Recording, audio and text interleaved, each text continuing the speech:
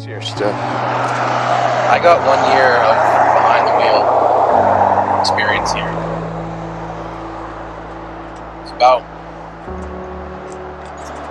I've got about 20 starts here.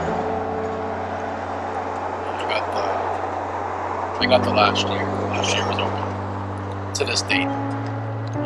I'd like to hope something will come about, and maybe the right circumstances come along, and maybe somebody buys it, or something happens where it becomes a racetrack again. As of right now, I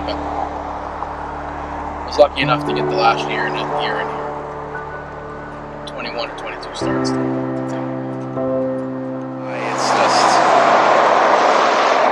I get my parts. There's right next door to the pit entrance is this trackside racing supply, where I get a lot of the parts for the race car, a lot of that stuff. And I still don't even come this way. I come the back way in, and I'll leave coming out this way. So very rarely now will come through here on this pavement in front of the grandstands. But never really had a whole lot of time in the grandstands. And I never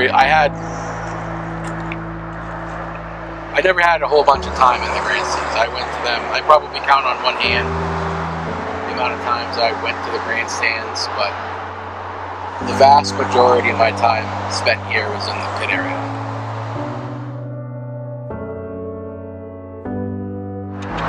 What are you feeling right now, Stuart?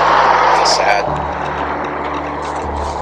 I said my pinpoint as far as I've always loved racing, but it was kind of always Cup Series and whatnot. But as far as local, that's something I could do ultimately one day. Love for racing came here, and on the pits, on the opposite side, on the backstretch, on the pit side.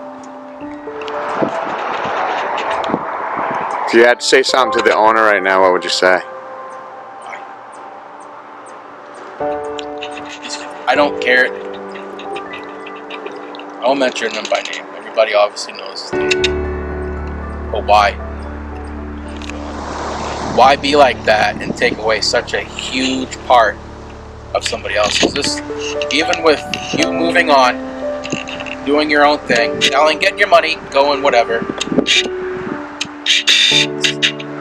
sell it to somebody who you knew damn well wasn't going to make it a race. I don't understand. I could understand if the place was in the red, the guy needed to make a call, get out, fine, whatever. It'd almost be better, in my opinion, if it was that, but it wasn't. That's, as far as my understanding, that wasn't the case. You have so many people that would have stepped up, even if you just wanted to own it, and then lease it out to somebody to run it, to do the day-to-day operations. You'd just be the background, or even sell it to somebody else that would just do that. It's so many. This place has given people like me so much, and to rip that away for future generations, to be a little bit selfish. My kids, I can understand. Yes, it's a business. And that's the way you gotta run it, but if I was in your shoes, this would still be a racetrack. There would still be cars racing here. So, if I was in his shoes. Some of us have had to face real challenges, real adversity, real struggles on a deep level, and we didn't sign up for it. We didn't ask for it. We're just born into our community, into our family, into a certain situation, and we have to figure out how to get through all of that, even though we didn't ask for it. Sometimes life brings us challenges that we have to face with, and there's no running from it. But you're like, man, I don't want it. I didn't do anything to deserve it, but here it is. Now I got to figure out. It would have been easy to say, you know what, life's just too tough. I don't want to deal with it. But I remember my dad always telling me this when I was a kid. As long as there's breath in your lungs, there's hope in your heart. And giving up, Nathan, is not an option. All right, give me the hope. The silver lining to this place closing, and it gave me the opportunity that I probably wouldn't have taken advantage. The opportunity I wouldn't have had. is it opened up.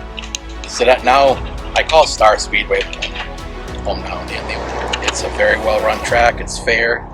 It's a good track, and not only that, it actually it fits my driving style more than, actually a little more than your did, because it's a smaller bull ring. So